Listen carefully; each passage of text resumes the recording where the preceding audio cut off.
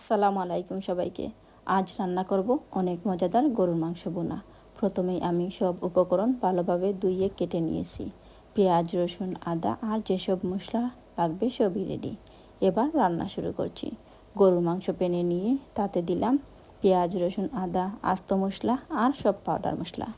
তার সাথে পরিমাণ মতো তেল দিয়ে ভালোভাবে মিশিয়ে নিলাম। এবার রান্না শুরু করব। মাংস সিদ্ধ হওয়ার মাঝে আমি বাজার থেকে কি এনেছি সেগুলো আপনাদের সাথে শেয়ার করছি।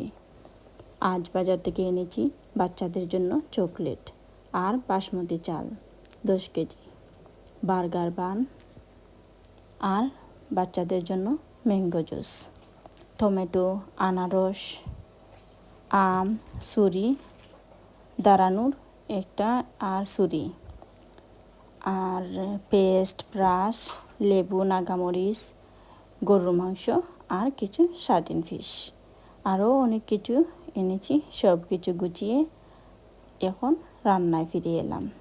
দেখুন মাংস এখন সুন্দরভাবে সিদ্ধ হয়ে গেছে এবং উপরে তেল বেশি উঠেছে। এবার 2টা রসুনের কুয়া আর পরিমাণ মতো পানি দিয়ে আরেকটু ভুনে নিব। এতেই তৈরি হয়ে গেল মজাদার গরুর মাংস ভুনা। সবাইকে অসংখ্য ধন্যবাদ শেষ পর্যন্ত দেখার জন্য।